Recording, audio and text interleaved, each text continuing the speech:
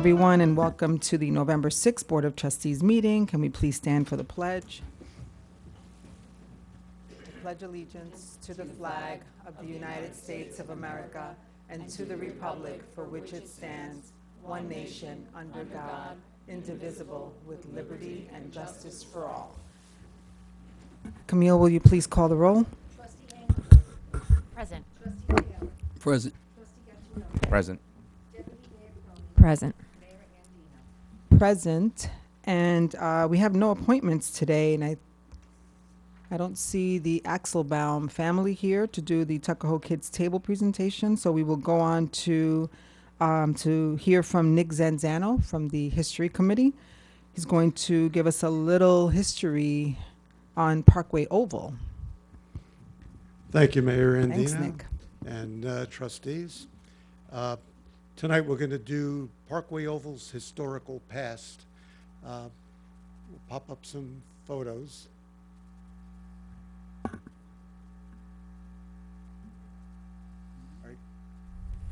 The first photo is a Julius Bean map from 1893. What the map shows is the Parkway Oval. You can see the lake in the upper left-hand side of the screen. The lake encompassed most of the Parkway Oval. It was all dredged out, and it was allowed to flood into a lake. The reason why was back in the 1850s to the early 1900s, we didn't have electricity for refrigeration. So in the wintertime, they'd let the lake freeze, they'd cut the ice, and if you look on the right-hand side of the lake, can you see it on your side? Oh. Yep. This is working. On the right-hand side of the lake, you could see the ice house. The ice house was about 60 feet tall, 180 feet long, and 60 feet wide. And they'd fill the ice house with the ice. And if you notice, it's right adjacent to the railroad.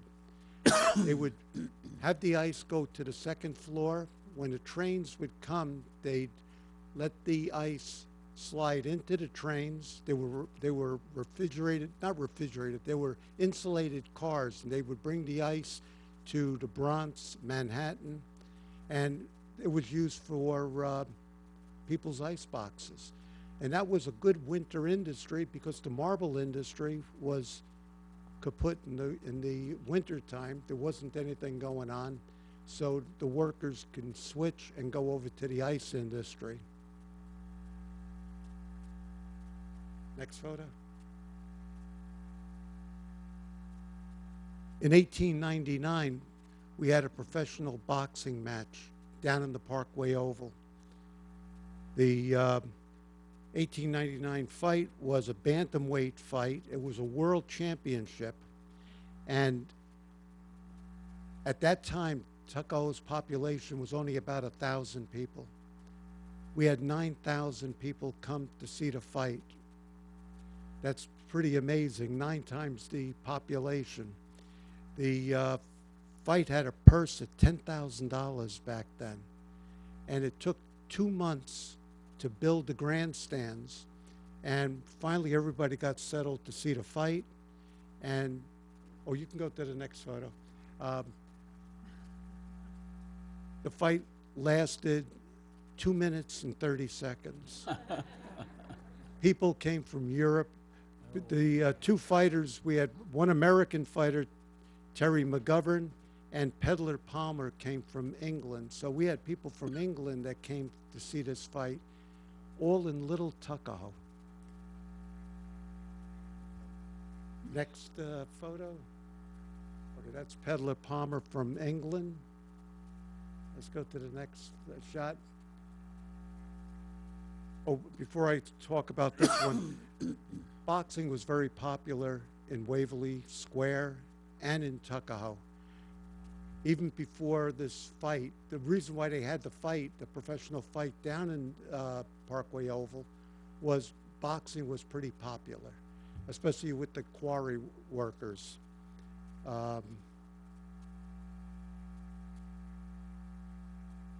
Okay, now I'll get to this one.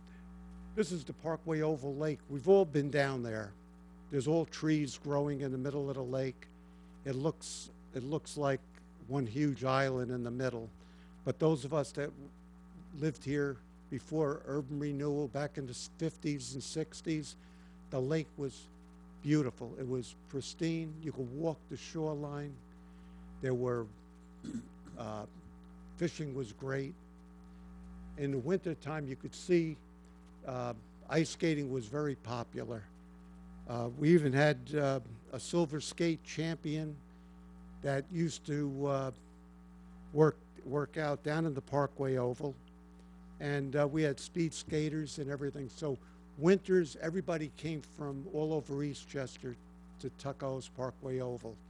You could see cars parked all along the side of the lake. Next.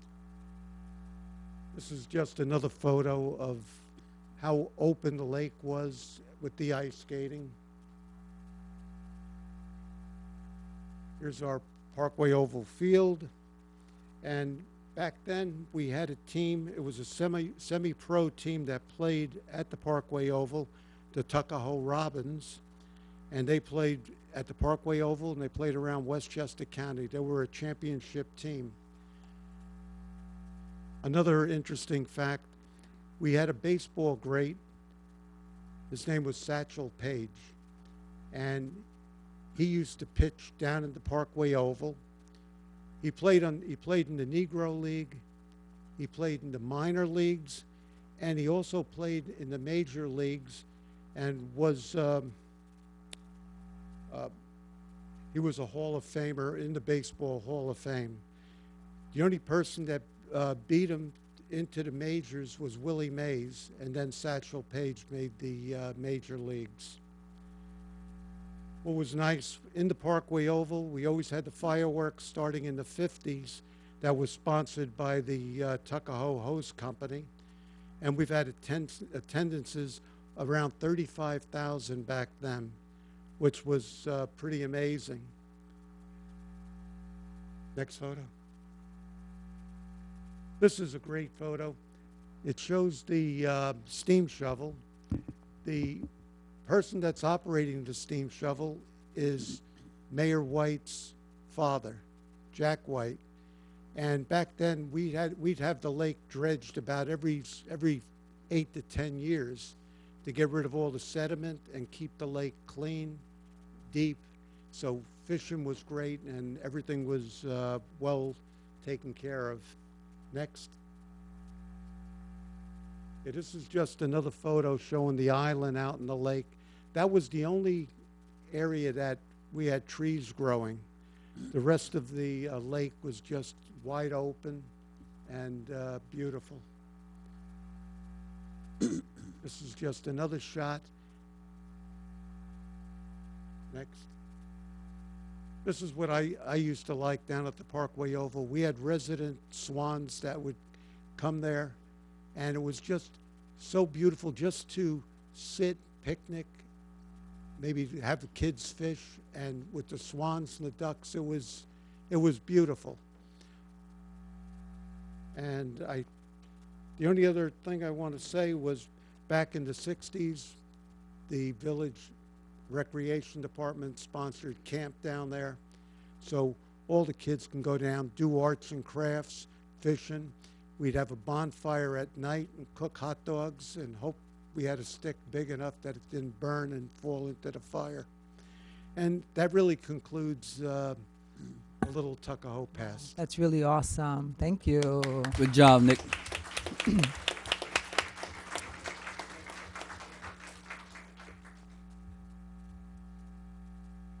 Hey, Nick, can we ask you to come back in January for another session? Thank you. Alrighty. So we have no public hearings today. May I have a motion for the adoption of approval of the minutes of the October 13th and 16 meetings? Second. All in favor? Aye. Any opposed? Any abstentions? And this brings us to the first opportunity to address the board on any agenda items. If there's anyone that would like to address the board on any agenda items, you may do so now. Anyone in person? Anyone on Zoom? Okay. So they'll take us to our resolutions. So the first resolution, authorizing the mayor to execute an IMA with the town of Eastchester and the village of Bronxville for a 911 emergency alerting, management, and contact system. May I have a motion for this? So moved. Second. All in favor? Aye. Any opposed? Any abstentions? Also, resolution number 2, authorizing me to execute an IMA with the County of Westchester for the acceptance of mobile radios for municipal police vehicles. And maybe the Chief Rhoda, his first report today, can elaborate a little bit on that. May I have a motion? Second. All in favor? Aye. Any opposed? Any abstentions? Resolution number 3, may I have a motion authorizing me to execute an IMA with 18 other Westchester County municipalities for the recycling app through a DEC grant. So moved. All in favor? Aye. Any opposed? Any abstentions? And every year, we have an IMA with the county for Westchester for prisoner transportation reimbursement rates, which I believe we have not used, right, this year, I think. Okay. May I have a motion to authorize the IMA? So moved. Second. All in favor? Aye. Any opposed? And we are asking for a motion authorizing the sale of the 2012 motorcycle trailer to the highest bidder in the amount of $940. So moved.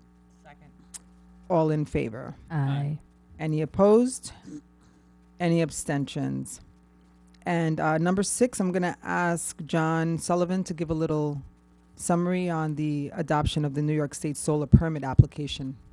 Thanks, Mayor. So this new permit will basically just, can you not hear me? A little closer to you. Okay. So this permit is basically designed to kind of streamline the application process for small rooftop solar systems. It's also basically standardizing the permit throughout New York State. So that should save applicants and installers time and money. Additionally, we get around $10,000 in grant funding for doing this, so it's kind of a win-win. And is it a matching grant or? No, so it's just $10,000 that we get. Great. Thank you. May I have a motion authorizing the adoption? So moved. Second. All in favor? Aye. Any opposed? Any abstentions? And may I have a motion to authorize the approval of vouchers to pay the bills for $470,546.76? So moved. All in favor? Aye. Any opposed? Any abstentions? And next on our agenda is a discussion item on short-term rentals. We've been having some discussion amongst the board and also some residents regarding concerns with short-term rentals like Airbnbs and VRBO. So I'm going to ask our attorney to just give a brief summary, Gary, on the important points, and then we can discuss. Since this is a discussion item, what I wanted to do is just hit some bullet points and throw them out there and tell you kind of what the issues are. There's going to be a lot more, but I think these are the important ones. So we look at first the reasons for the regulations. There's traffic and parking issues potentially. So if somebody's going to have a party at their house, have a ton of people over their house, there might be parking issues, traffic issues. Noise, that goes hand in hand with the parties and things like that. We have visual impact, so there might be garbage around if there's parties. There's, I guess, a philosophy saying that if, people that rent out their homes to these short-term rentals aren't going to take as good a care of them as a regular homeowner, so that's an issue out there. An important one is the unfair market competition. We have a hotel in Tuckahoe where we get taxes from that, and this eats into their business. There's no taxes that the village receives from these short-term rentals, so that's an issue that we'd have to think about. And then there's an issue of responsible party. Responsible party is somebody who's there at the house, who's an owner, who knows exactly what's going on with the house, where the water shutoff is. If there is a problem, there's somebody there to deal with the problem. So those are kind of some of the issues for, why you would regulate short-term rentals. And then the regulations, few of the issues are, I guess the extremes would be do absolutely nothing and just let it go as it's been going. The other one would be complete prohibition, and courts basically says, well, you really can't do that. And then there's everything in between. The in-between things that you want to look at is, the first one is you want to look at single-family dwellings opposed to multiple family dwellings. Like, where do you want these things? Do you want them in the single-family neighborhoods? Do you want them in the business residential? So you'd have to figure out what areas you would allow them in. You would also look to see if you'd want the homeowner at the property when they're doing the short-term rental. So they have the responsible party there when they're renting out the home. The other thing is, if you don't have them there and there's a problem, who do you contact? So you'd have to figure out, who the responsible party is. You can limit the rentals. You can say, well, somebody can rent it for X amount of days per year. So you limit the rentals that way.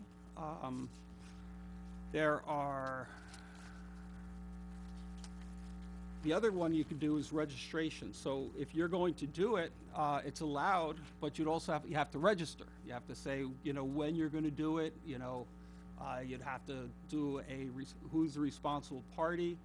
And a lot of the municipalities that do the registrations, there's also fees associated with that because you're using village resources to, monitor this. So I think registration, is extremely important in those situations. So those are kind of the issues. It's a discussion item, so that's why I just want to throw those out there. There's probably a lot more and broader issues, but I think these are kind of like the high point issues to start the ball rolling. Yeah. So I think we can have the board members weigh in. I'll also allow residents who might want to weigh in to do so at this time. This is not a public hearing. It's just we're at the discussion phase, considering whether we should implement some kind of regulation or not.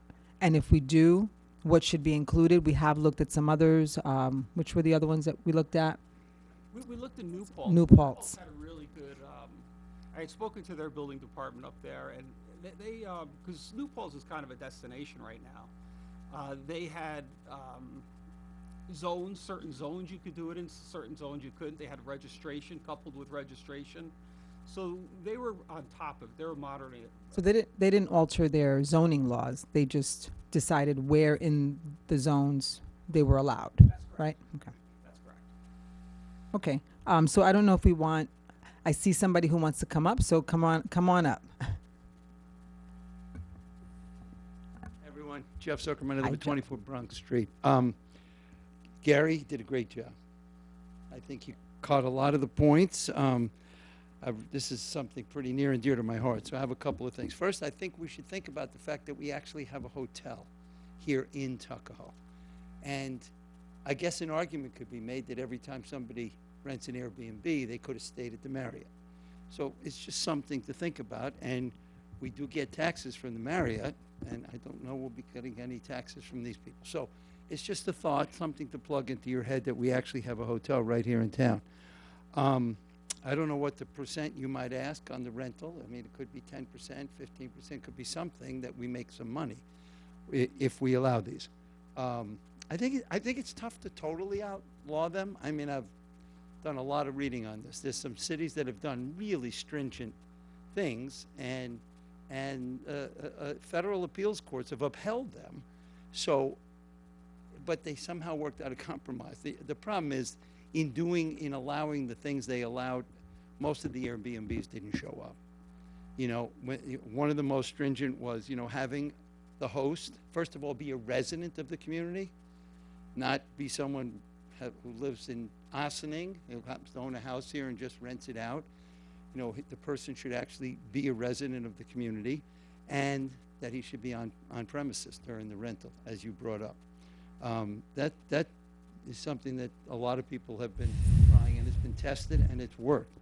A maximum number of days you mentioned, so it's not just a hotel for the whole year. It could be 100 days, 120 days, whatever it is. I mean, that could be something to limit what it is. What else did I want to say? maximum number of renters could be on this. You know, you have 2 bedrooms, there can only be 6 people there, 4 people there. Can't, you know, you can't have 12 people that are coming in for the night. And I think that's it. I mean, most of them Gary mentioned, but I wanted to just mention a couple more. So I think that, you know, to me, I would close my eyes and say, what do we get out of this? What does Tuckahoe get out of it? If we get something good, if we have some residents that this is going to work for them, and we want to be nice to them, then, you know, we work with them and figure out some way to do it. But if we can't get anything out of it, then I don't know. You're on the board. I'm not, so good luck with it. Thanks. Thanks a lot. Yes, Chris.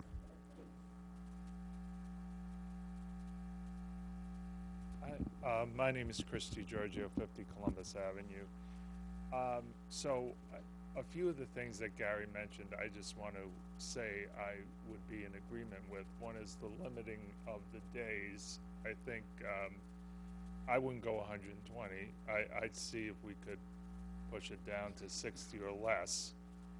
I also do think a registration fee is a reasonable thing, and I do think a residency requirement is also a reasonable thing here. So those are 3 things that I thought off the top that I thought were reasonable things. What struck me of what Gary said was we can't totally prohibit this. So I think the next best thing is to try to, A, for the village to get some sort of income, and a registration fee would be one way, and B, to make sure it's not going to be the Hotel Tuckahoe, you know, with all the different people who are coming and going. So that's what I have to say. Thank you. I think Lovely had her hand up. Did you have your hand up? Jeff? Jeff Irick. I live on Roger Street. I have a little experience in this because I managed a couple of Airbnbs up in New Haven. I was the responsible person in Tuckahoe for Airbnbs in New Haven. One of the main things that you didn't mention is by turning your property over and making it an Airbnb, you take it away from the possibility of long-term rentals. So people like me who rent either the rents go way up because the properties that I rented when they went to Airbnb doubled and tripled what the person would make in a month. So because and the other thing is that Airbnb does charge tax. So I don't know if they charge the property owner or whoever's renting. They charge tax on top of the nightly fee or whatever. So I don't know where that tax goes, but somebody gets it. Sorry. But I think the main important thing is if you want people that are going to live in the community long term, the best thing is to not permit Airbnb because it takes away from, you know, people that are going to stay for years. Thank you. Yes.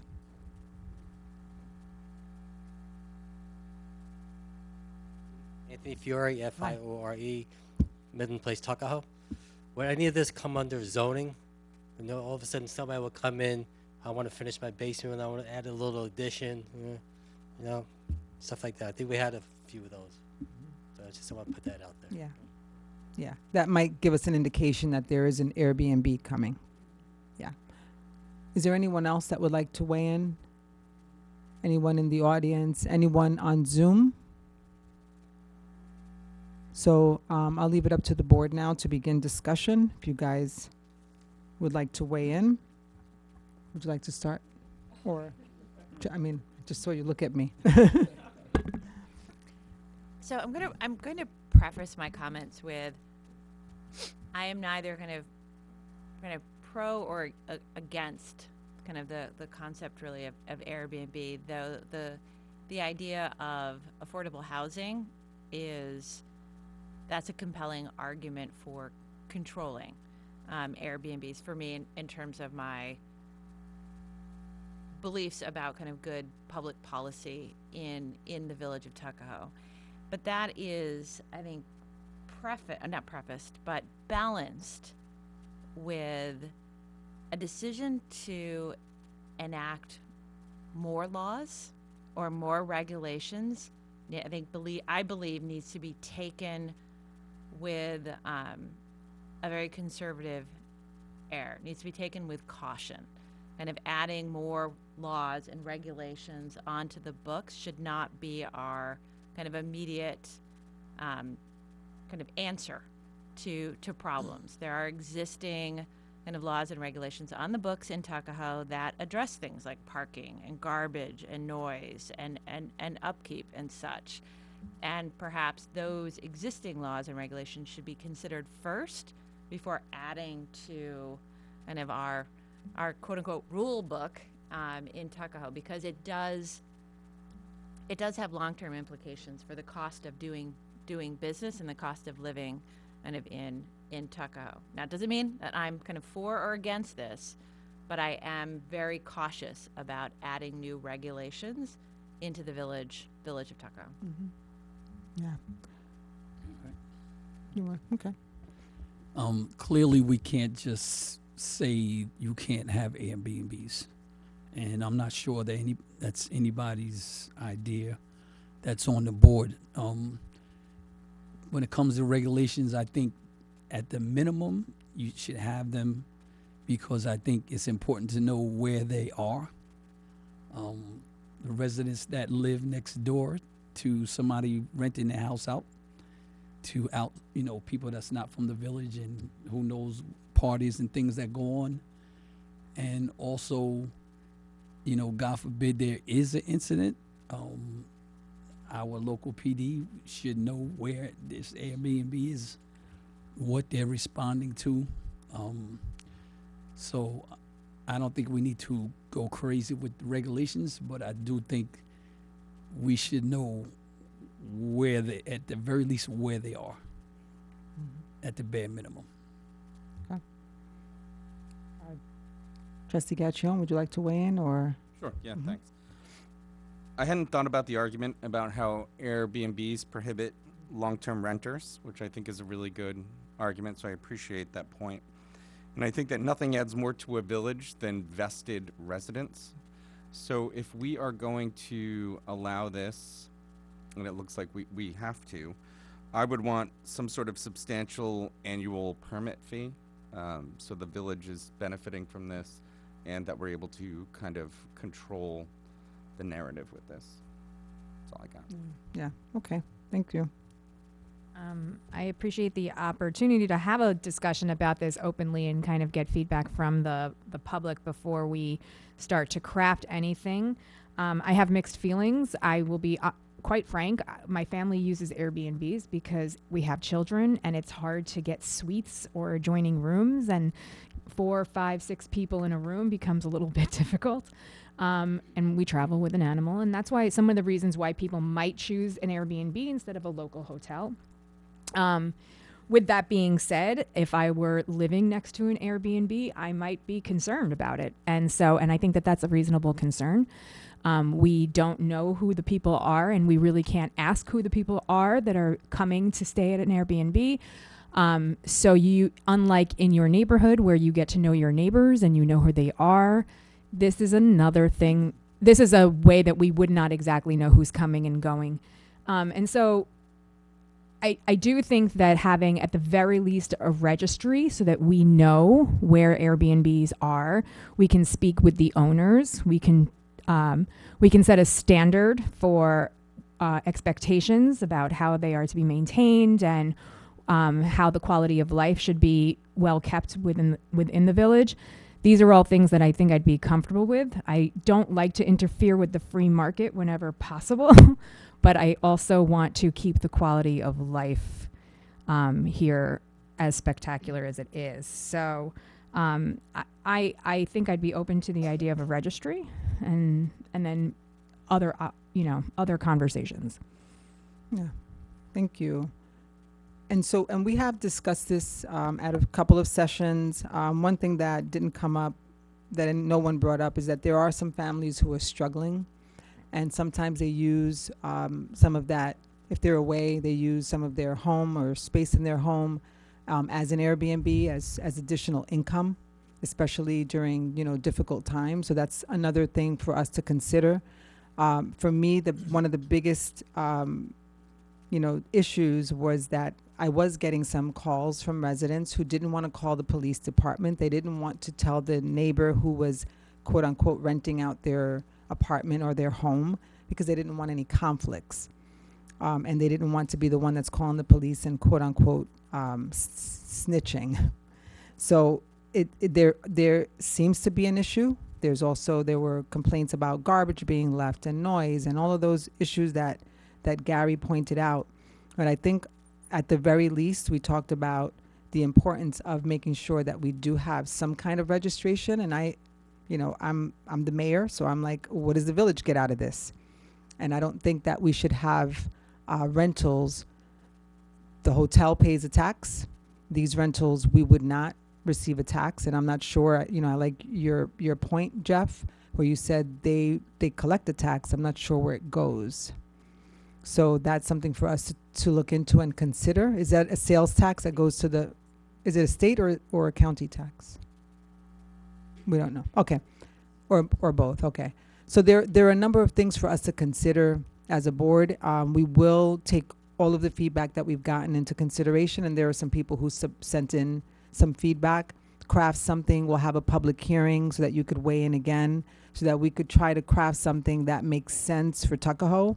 I know that there are a lot of communities that do have Airbnbs, and a lot of those are sort of destination spots. I don't know that Tuckahoe necessarily is, but to Deputy Mayor's point, you may want to bring your dog, or you have circumstances that can't be accommodated at a hotel. Then how do you come and visit a family member, or you can't stay with them? So there are a number of things for us to consider, and we appreciate your input. You have one more thing? So the other thing to consider in terms of, say, making it 60 days or 120 days, Airbnb doesn't like this.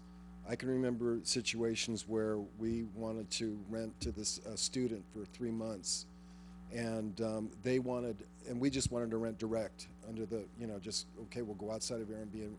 They do not permit that. They'll throw you right off. And so the idea of making a limited amount of time that you can Airbnb that's not going to work with Airbnb for sure.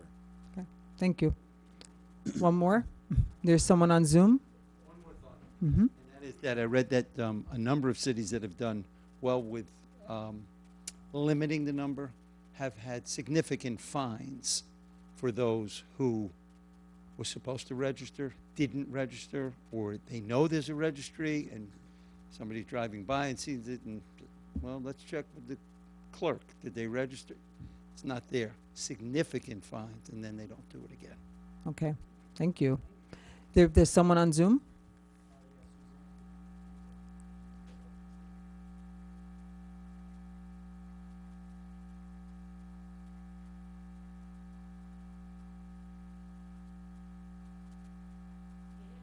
Yes.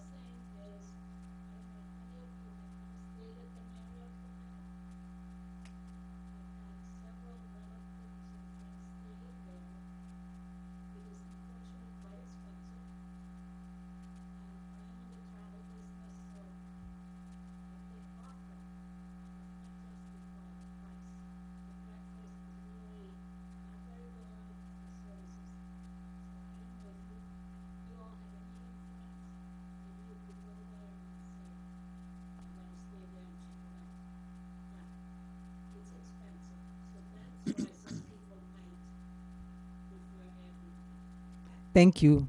Thank you, Suzanne. Okay, so thank you, everyone, for your... One more.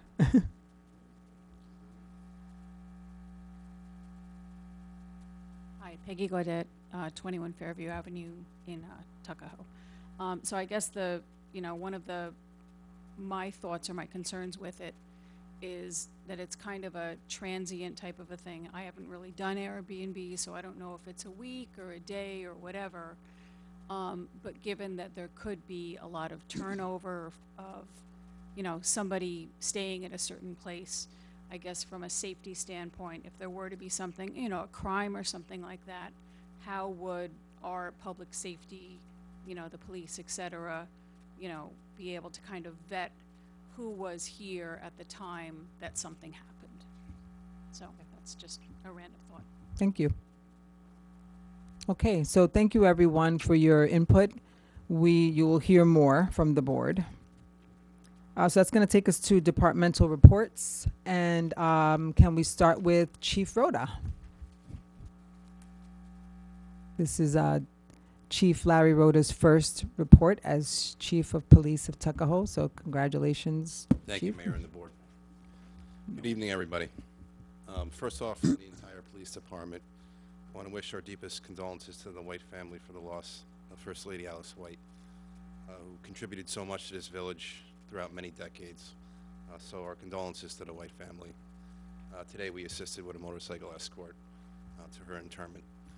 So again, it's a tough loss to the village, and thank you for the service both Alice and Mayor White did to this village. For the month of October, we've increased crosswalk enforcement, and we will continue to do so throughout November. The department also received $1,955 in federal grant money for bulletproof vests, which is great. It's a grant we apply for every year, and we're happy to apply for it and receive the money. We also received, the mayor mentioned it before, in our agreement with Westchester County, we were lucky enough to receive 6 police car radios for our police vehicles, which gives us interagency communication during emergency events.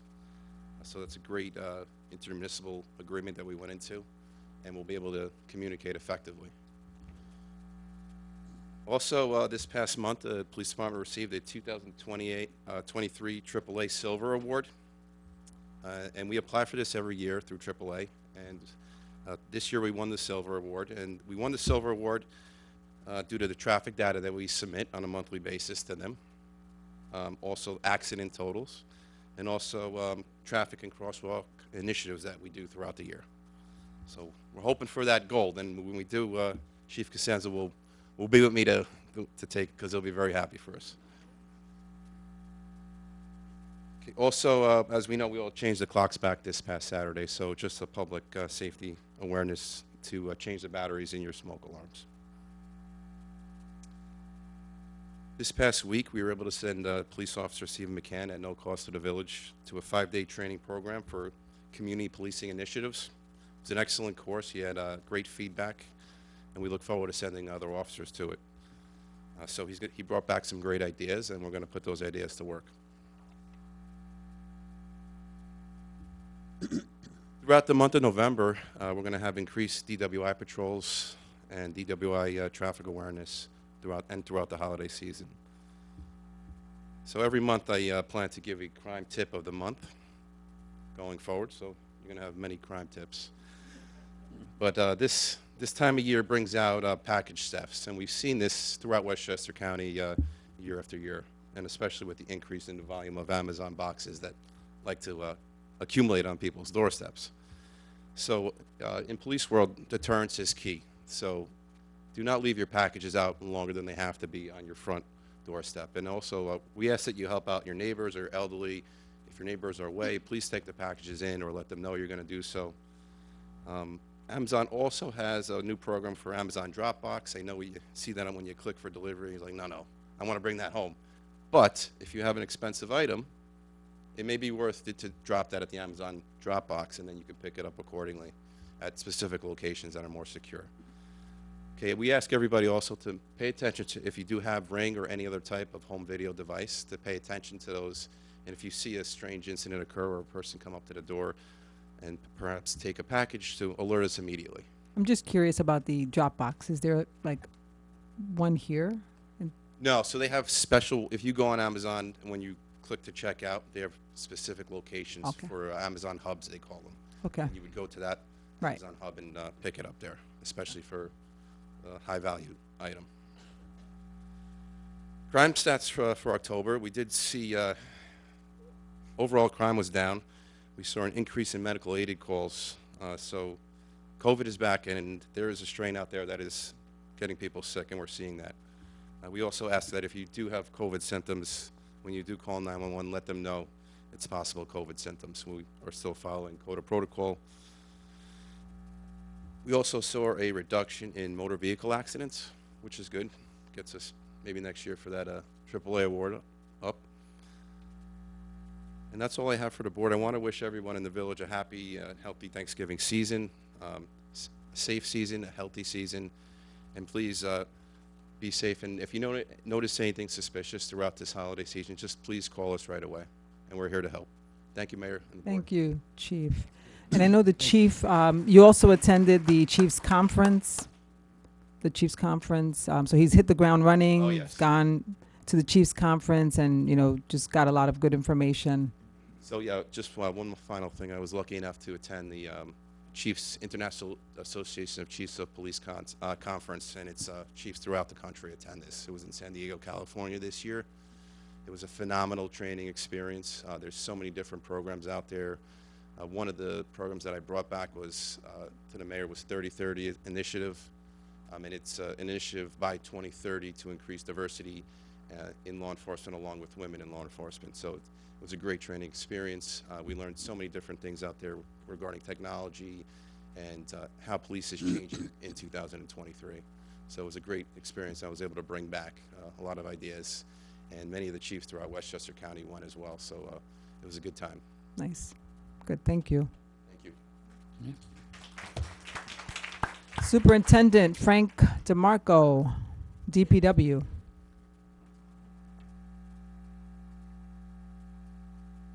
Good evening, Mayor, members of evening. the board.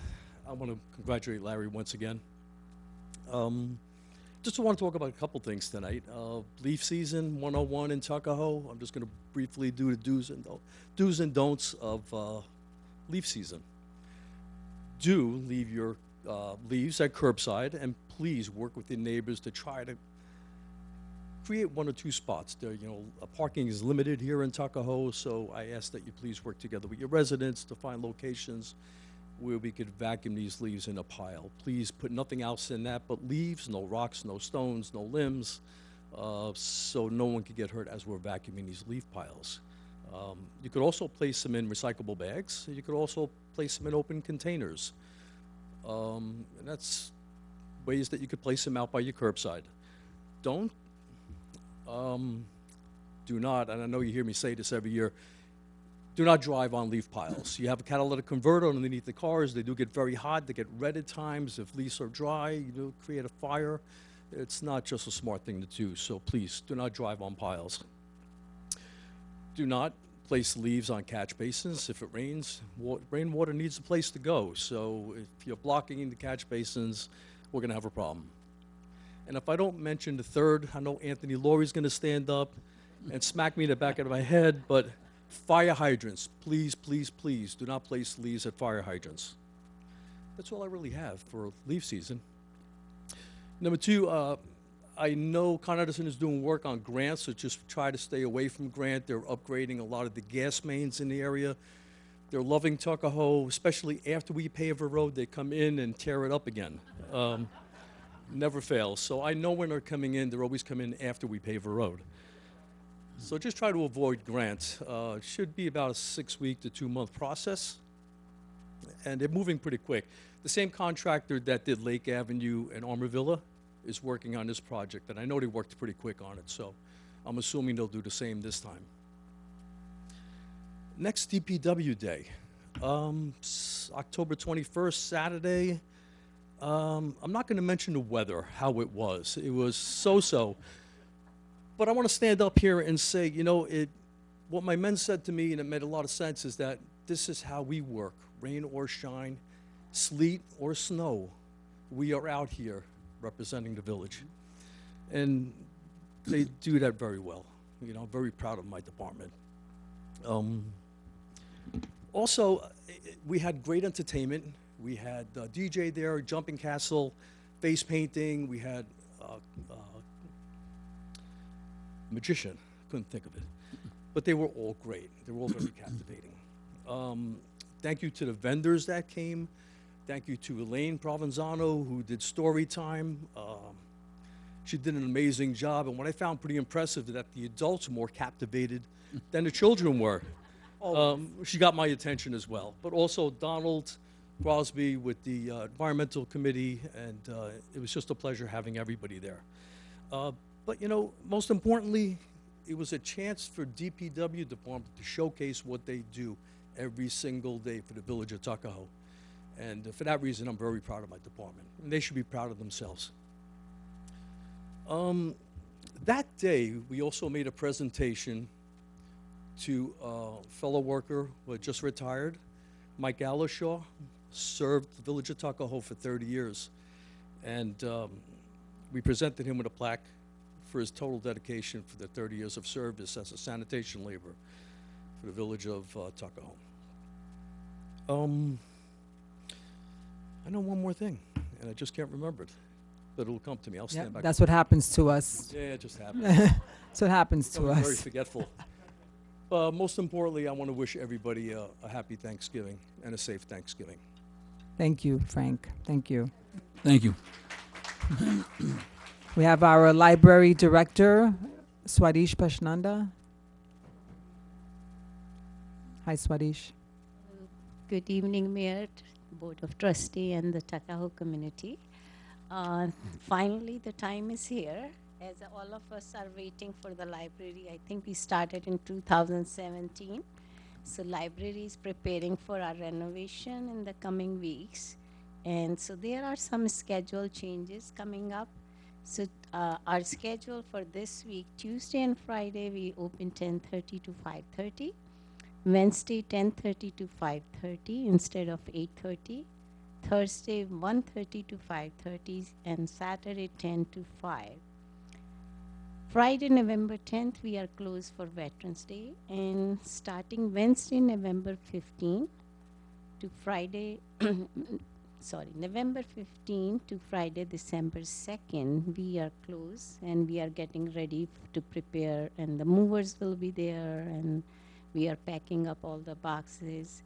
And during closure, all our programs will be paused except for online programs and the Tuesday story time in the community center. Please refer to our online calendar to register and confirm available dates. And library will reopen in our temporary location, which is community center, thanks to John Glucci and David helping us with all this moving. And hopefully in the first week of December, but we are not sure the date yet. We will keep you posted.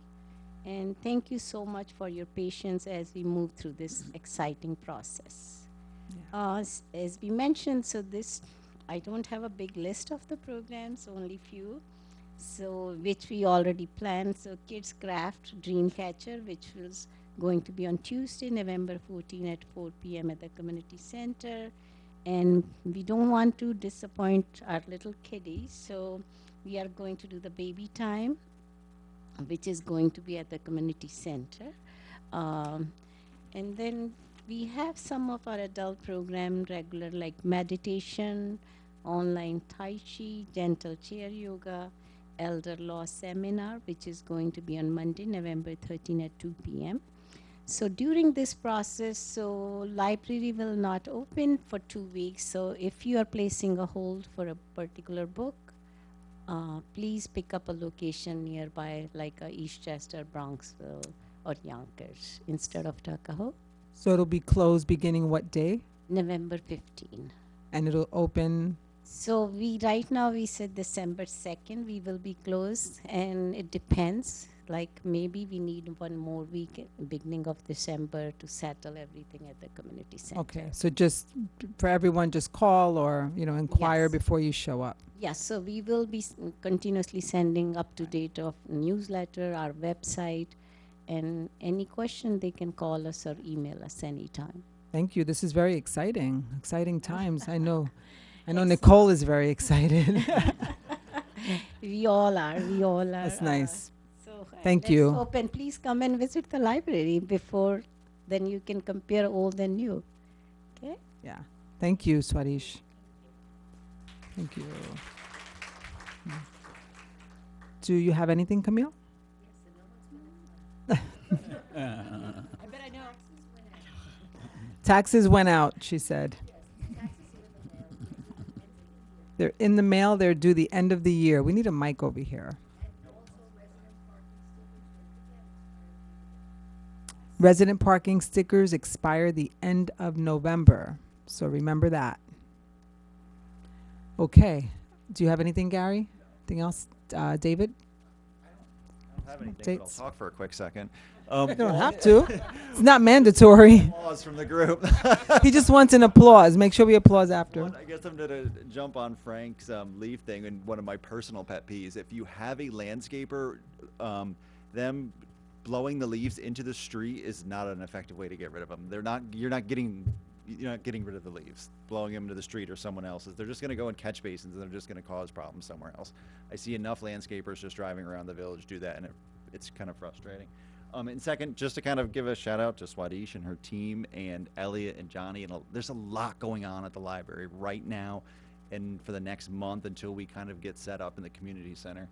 They're working so diligently, so hard. It's really exciting. So, Swadish and her crew down there are really doing a lot, everyone. So just kind of a shout out to them. Thank you, guys. All right. There's an applause now. John, do you have anything? Clap for David. Okay, so we have a couple of dates to remember. Election Day is tomorrow, November 7th. Remember, this is the first time that you get to vote in a November election because you voted for this. So I am imploring you all to get out and exercise your right to vote and your privilege to vote. Winterfest is in Depot Square on December 2nd, and the next Village Board meeting is on December 4th. So make note of those dates. You can also check our calendar on the website if you don't remember. And that'll take us to Board of Trustee reports, and we'll start with Trustee Engelbert. Awesome sauce. Okay. Hello. So the first is the Eastchester Union Free School District. So you've probably seen some of the signs around town. The play That Goes Wrong will be performed by the Eastchester Players November 17th to 19th. Tickets can be purchased at eastchester.booktix.net. The Engelbert family, if you're interested, we are attending on the 18th. Now, supporting arts in our community is part of making our community a vibrant and wonderful place to live. Arts flourish when people attend. So certainly I encourage you to go to that website and see this lovely play put on by students right here in our community. Similarly, though not as fun or entertaining, the next school board meeting is Tuesday, November 14th at 7:30 p.m. in the Eastchester High School Library. It can also be accessed via live stream from the Board of Education webpage on the EUFSD website. Tuckahoe Public Library, lots talking about the library this evening. Certainly the team is, as David has said, incredibly busy. I encourage you to bookmark the website, the Village of Tuckahoe Library website on your browser, so you're not disappointed if you show up and it's closed. As Swadish said, the big shifts are kind of coming up right now. Mondays and Thursdays of the library will be closed until 1:30, and then Wednesday, November 15th through at least the 2nd. So yep, write it down, keep note of it. Now, we don't anticipate an extended renovation time, but we've all had renovations in our own homes and we know how those can go. Maybe not everything according to plan. So certainly we implore the village to be patient as we go through this period and services are disrupted. But we're going to have one heck of a party, David, when the renovation is completed to really celebrate what has been accomplished. The mayor's already said what's happening at the Tuckahoe Community Center tomorrow. I do say that, if you are eligible to vote, it is a right it is a privilege, and certainly it's a responsibility to cast your ballot in support of democracy. That is all for me this week. Trustee Taylor, sorry, I'm eating candy. Okay, excuse me, my voice is still not all the way back, but here we go. The Eastchester Tuckahoe Chamber of Commerce, the new business owner Gina Gill had their ribbon cutting on October 16th for the new business, which is Ortho on Main Street, located at 116 Main Street, Suite 200. Business owner Sarafina Mancuso needed to expand her business, so they moved her business, which is Glow Getters by Sarafina. They moved to 475 White Plains Road in Eastchester, Suite 11. And that was celebrated with a ribbon cutting on October 18th. Also on October 18th, members and guests of the chamber had a wonderful time at their monthly meeting, which was held at Broken Bow Brewery, which we all know is located on Marmadale Road. The turnout was great, and they want to thank Jack's Bar and Restaurant, who catered the food. On October 28th, many of our local businesses who are members of the chamber participated in the Village Creepy Candy Crawl. Along with hundreds of our residents, the candy crawl was also an opportunity for the residents to meet the new business owners, because many of the business owners were actually there giving out the candy themselves, and it was an opportunity to people to see a lot of the new businesses that opened up. The holiday toy collection, the chamber will be collecting toys for the children of ECAP. Collection boxes will be used to collect the toys. If any business would like to have a box in your store, please email the chamber at etcocm@gmail.com. That's etcocm@gmail.com by the 10th of November, which is this Friday. And the next chamber network meeting is on November 30th at 6 p.m. at Mamba Sunta's Restaurant, which we know is right here. And that's it. And I just wanted to give my condolences to the White family for the passing of Alice White, the wife of former Mayor Phil White.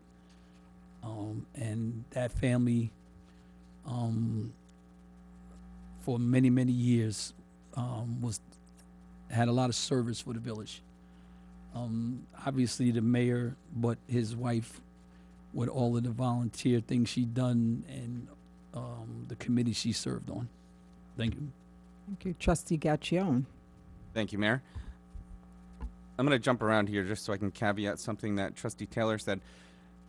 When Miss Elaine sent me the report for the Tuckahoe History Committee, she had about 500 words on the accomplishments of Alice White as the village historian, co-chair, co-founder of the Tuckahoe History Committee, and the laundry list of things that she and Phil both did to kind of fill the binders out there and, you know, keep the history of Tuckahoe alive. I'm not going to read it all. If you know her or you knew the mayor, you know all the great work that they did together and everything they did for this community. So the Tuckahoe History Committee just wanted to also mention how they were deeply saddened by that passing. Notable events, they were at the DPW Day on October 21st, which, Frank, by the way, is my children's favorite day in the village. Beeping the horns. It's. I want to thank the village historian, Nick Zanzano, again for the presentation today, but he also met with 60 school children from the Cottle School who visited the Mini Marble Museum at Village Hall. Each child received a piece of marble as a souvenir. Their Facebook page is active as always with almost 2,900 engagements, and the most popular picture there was of the Good Humor Man. The History Committee meets on Wednesdays from 9:30 to 12 right here in Village Hall, and they could certainly use your help if you have available time. The Tuckahoe Beautification Association is holding their annual Photos with Santa. This is December 2nd from 11 to 2 at the Community Center, $20 per family. The advertisement, if you follow them on social media, says cash and checks only, but I know the deputy mayor had worked with them in the past. They also have PayPal, so I'm going to see if we can get that on the advertisement as well, because I think that's a way that we'll be able to pay. But December 2nd from 11 to 2 at the community center. Tuckahoe Historic Preservation Commission, they met on October 25th. The public hearing for the economic hardship appeal for 230 White Plains Road remains open until the next Historic Preservation Commission, which, Sal, is November 29th at 6:30. Thank Gosh, you. it's November, yeah. Thank you. Sal corrected me last month, so I wanted to make sure I got it right. And lastly, I am wearing my Stars and Stripes tie today. It is Veterans Day on Saturday, all week. And actually, for the last couple of weeks, we've been having veterans events throughout all the municipalities. Last week, there was a lunch held at the American Legion Post 979 in conjunction with Westchester Mobile Canteen. The County Veterans Day ceremony is on Wednesday, November 8th at Lasden Park at 2 p.m. All are welcome. And Westchester Community College is holding events all week, and I urge you to follow their Instagram account, WCC Veterans, for all the details. Everybody is welcome to that as well. On Saturday, I actually see Anthony Laurie here in the audience. He helped put together a special Veterans Day Mass at 8 a.m. Thank you, 8:30 a.m. I would have been early. But I was also told that this doesn't count for your holy day of obligation, so you have to either go back on Saturday night or go back on Sunday. So, at Immaculate Conception. Thank you. And Post 2285 on Saturday as well is hosting Veterans Day breakfast and celebration at the Eastchester Senior Center at Lake Isle at 11 a.m. Among other things, we'll be talking a lot about our good friend, the late Pete Cerencione. So please come to that. All are welcome. And lastly, while it is certainly nice and respectful to thank a veteran around Veterans Day especially, you can show the ultimate respect to a veteran by voting. They fought to uphold that right. So regardless of who you vote for or your party affiliation, please exercise that right. That's all I got, Mayor. Thank you. Thanks. Deputy Mayor. Good evening, everybody. From the zoning board for this month is canceled. They were canceled last month as well, so there's nothing new to report. The planning board, however, is meeting this month on Tuesday, the 21st at 7 p.m. There are a few things on the agenda. 20 Marbledale Road is a site plan amendment to expand a business. 108 Sagamore, which is the large building on Sagamore Road, is requesting a new retaining wall. 64, this is the most exciting one, to be perfectly frank. 64 Main Street, which is where Nutmeg used to be, is a plan for a new restaurant. So that should be very exciting. Yes. Oh, I know. Good news, right? 255 Marbledale Road is parking lot replacement and a retaining wall. So that meeting again is November 21st. We are still seeking anybody interested in being on the serving as an ad hoc on the planning board. So if you have, it would be wonderful again if you have some background in development, in planning, in architecture, in design. But it does not have to be that. So if you have some interest, please reach out and let us know.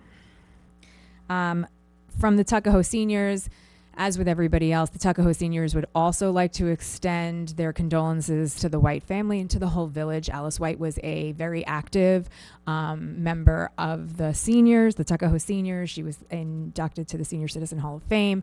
She was a really important part of that community, just like all the communities here in Tuckahoe. And so I extend the saddest condolences to the seniors and to the White family.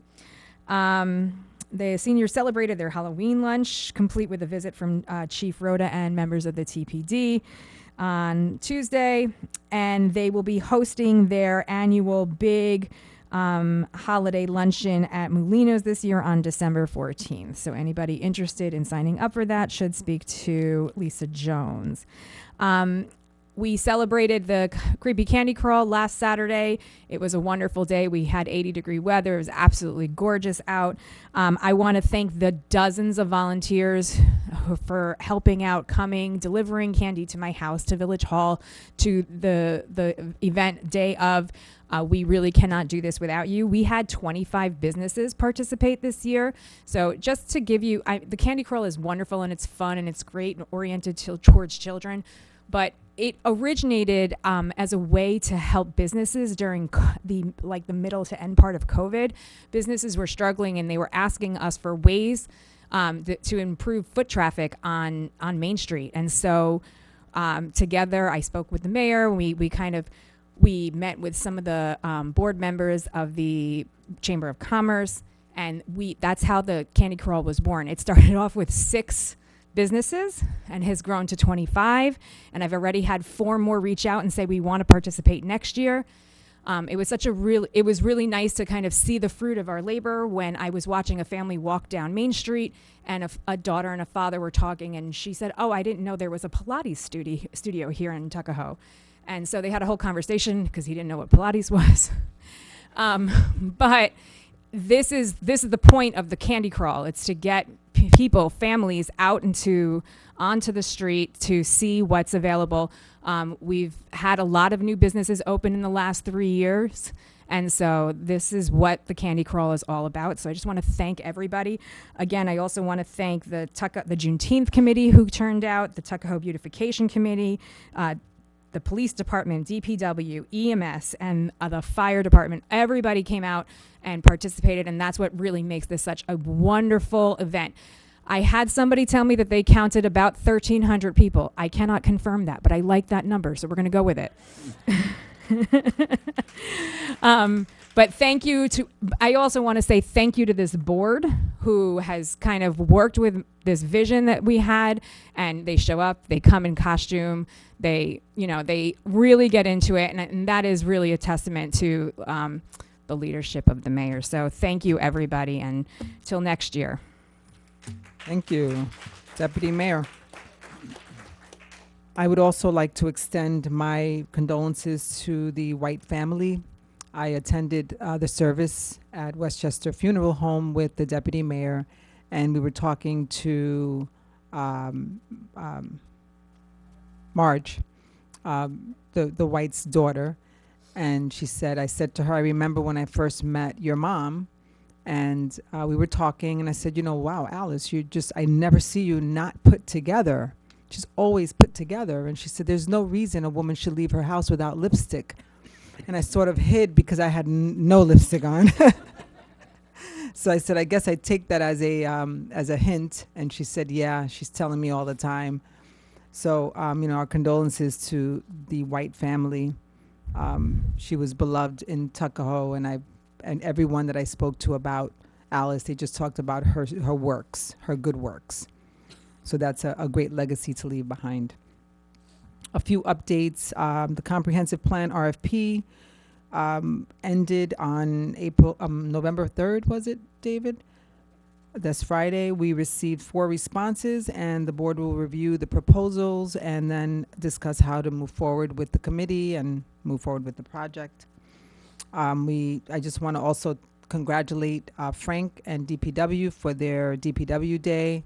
I thought this very thing, I said, this is nothing for them. This is something for all of us. This is nothing for them. Out in the weather and in the rain, the kids didn't care. They were in the bouncy machine, totally soaked, and they didn't care. But it really was just a testament that people still came out to celebrate and to honor DPW and all the work that they do for this village, day in and day out, rain, sleet, or snow. So thank you, Frank. Great event. And I also want to just acknowledge our deputy mayor for the Creepy Candy Crawl, because that event does not happen by chance. She works very hard. She is a connector. She gets people engaged, businesses and residents and people, because she has such a big heart.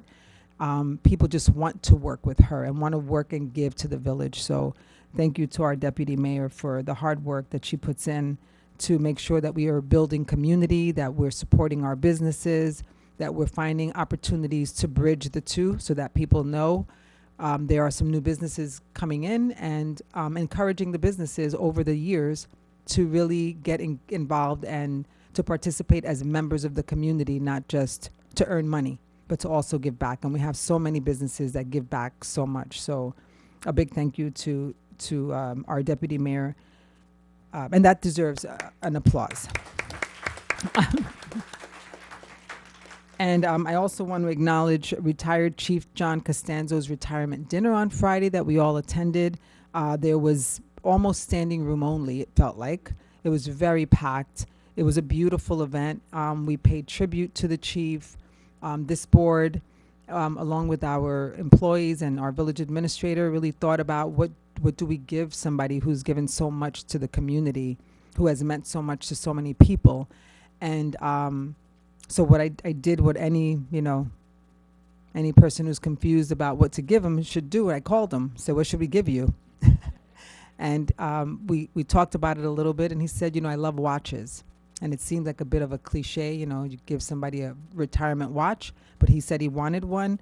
And thanks to our village administrator, he found a beautiful watch with a blue face, and we found just the right inscription on the back to put for him to remember us. And it was his badge number, the police department seal, and his dates of employment. And he sent an email to this board just saying how much he cherishes that gift, and that he's so grateful that he got it. The other thing that we did present to the chief was a Tuckahoe Marble Award, the first of its kind. So we've had some discussions around how Tuckahoe's marble is all over the world, and presenting someone with a Tuckahoe Marble Award has great and deep meaning. And we thought that it was fitting to give it to the chief of police on his retirement, and we're hoping that this Tuckahoe Marble Award that will have a piece of Tuckahoe's marble etched into the award will be a tradition that Tuckahoe continues for decades to come. So congratulations to the chief. And I want to congratulate on Arthur Maine. Deputy Mayor and I did our ribbon cutting there. Beautiful facility. The owner was just very warm and open and said, I want to have new business come in. So check out Ortho and Maine. They do work with adults and children. And I think that's it for me. Let's see here. Oh, one more thing. I want to give you guys a few updates on infrastructure. The catch basins and upgrades on Marbledale and Stewart have continued last week. The upsizing of the basins and piping. A lot of the residents are extremely grateful, Frank. They've called me, they've emailed. They're just like, thank you so much for, we're not sure what the outcome will be, but we're trying to make some strides in helping with the flood mitigation as we await funding that we're probably going to need to be able to do all the work that we know that we'll need. Also, the work on grant was already mentioned on Saturday. Started on Friday by Con Ed.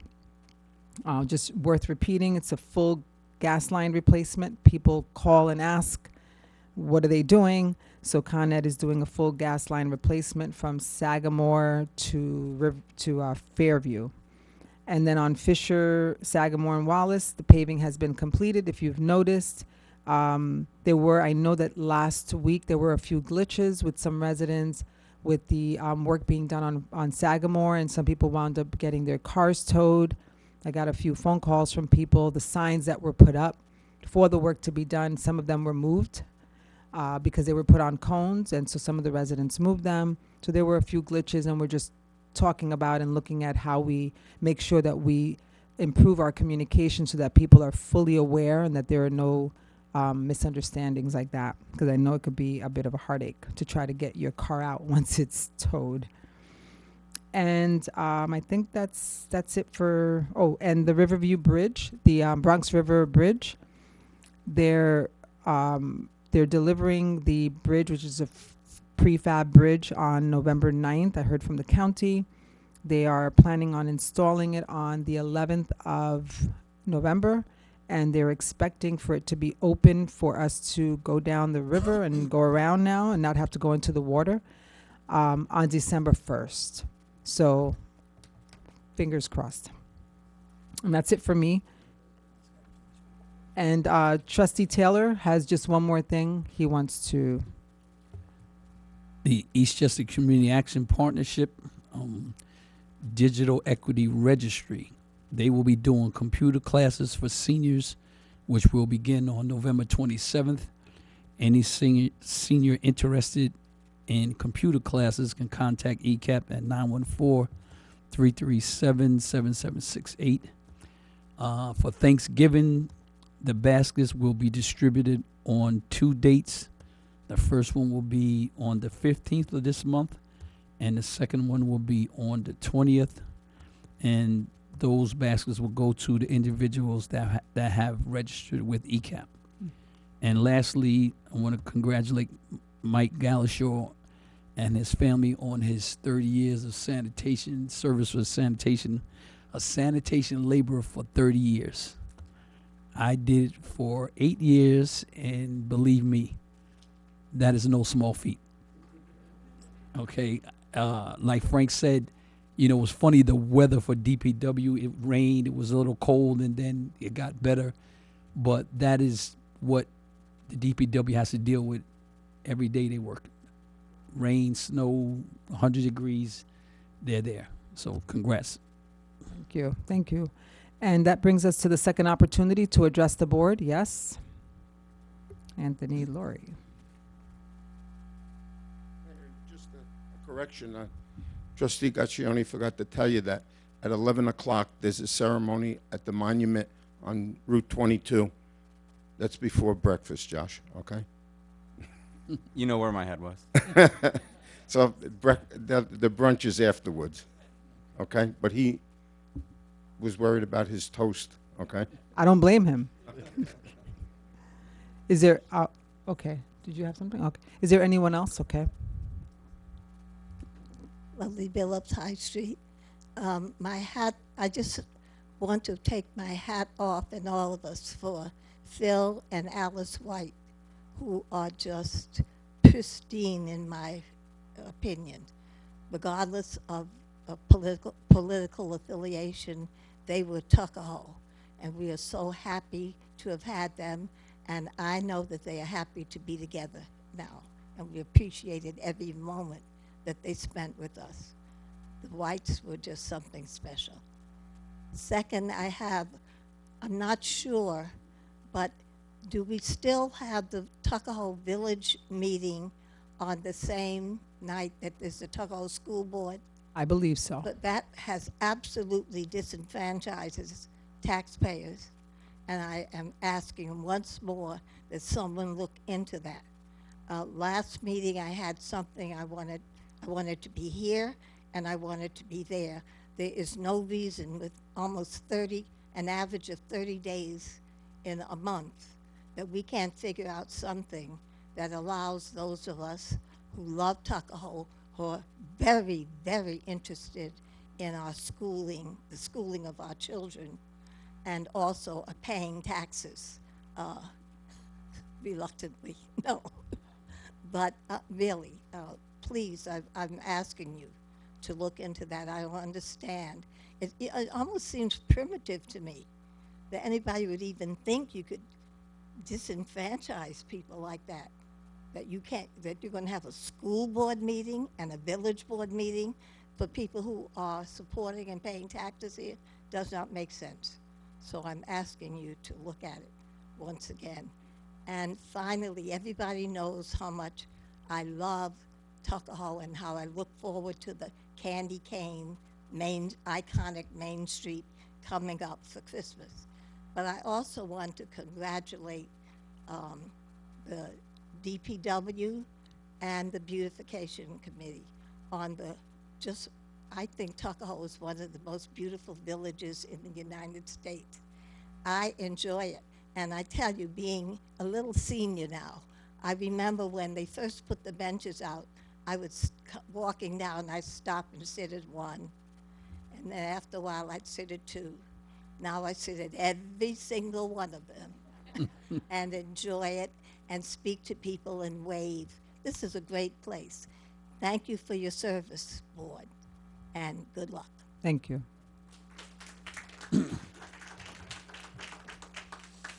Sorry, Jeff. You're slow, you blow. Rock, Jeff. Okay, after Mike is going to be Jeff, okay? Hi, Mike Dardano, 62 Chester Street. I want to welcome Chief Rhoda. I know what Chief Costanza's going to be doing. He's going to be walking his dog more, because I see him with his dog a lot. I also am on the Tuckahoe Environmental Committee, and Frank made some suggestions about leaves, and I have a fourth suggestion. Try mulching. Donald does that. Mulching is great. It helps with fertilizing your lawn, and you don't have to pick it up, which saves our DPW, because they're already got enough work. So that's something to think about. Second thing is, thank you, board, for the candy crawl. I'm on the chamber board, and we were out there handing out candy, and it was awesome. A whole bunch of people. What I want to say about that event and all the events of the village is I always feel they're very inclusive. Anybody can go there. They've expanded. They've grown. I've been more involved since 2016 in local events, and I've always felt that they were wonderful. So I would encourage, I don't feel they're political. I don't feel that it's a Republican event or a Democratic event. They are just Tuckahoe Village events. So I'll ask people that feel that they might be to change that thought process and just come. It's a wonderful. So we don't have any of that with these events. And fourth thing, being on the chamber, Daryl, thanks. That was awesome report. I would encourage both boards to visit our events. Every board member try to come occasionally. Kara's been, the mayor's been there. Josh, I don't think you've been yet. If you think you've been, yeah. So same thing to our friends in Eastchester, because you really get a sense of what's going on and what's happening. I'd also like to extend invitations to anybody that lives in Tuckahoe or Eastchester. Come. We don't just have to have businesses, and the business would like to engage with people. So please feel free to come. You can go to Eastchester, Tuckahoe Eastchester Chambers website. You can go to our Facebook page or our Instagram page. I manage those pages, so I'll see your messages. So I'll make sure that they're seen. And finally, thank you. My father was a Marine. My grandfathers were in the Army, and I want to thank the veterans for their service. And thank you. Thank you. Jeff?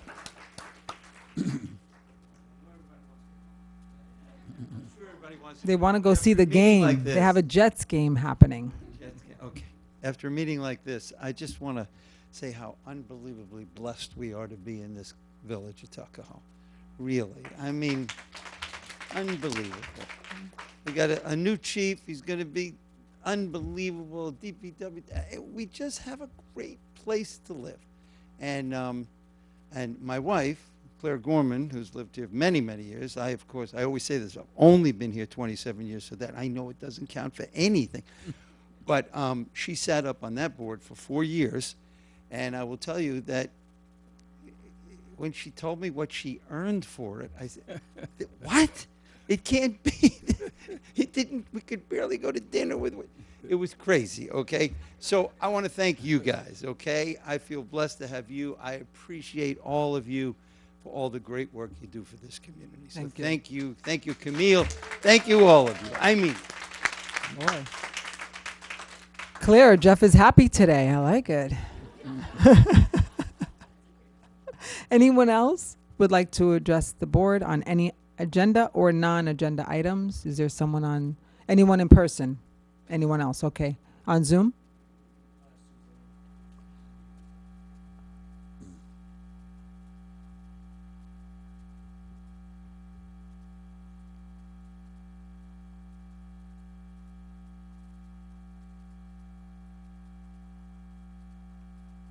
Suzanne, you're on mute if you can't hear. You got it. We can hear you.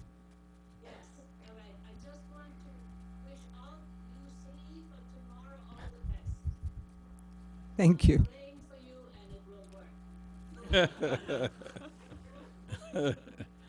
Thank you. Okay, is there anything else? Anything else, board, that we may have missed? David, Gary, Camille, no more tax stuff, no more tax talk.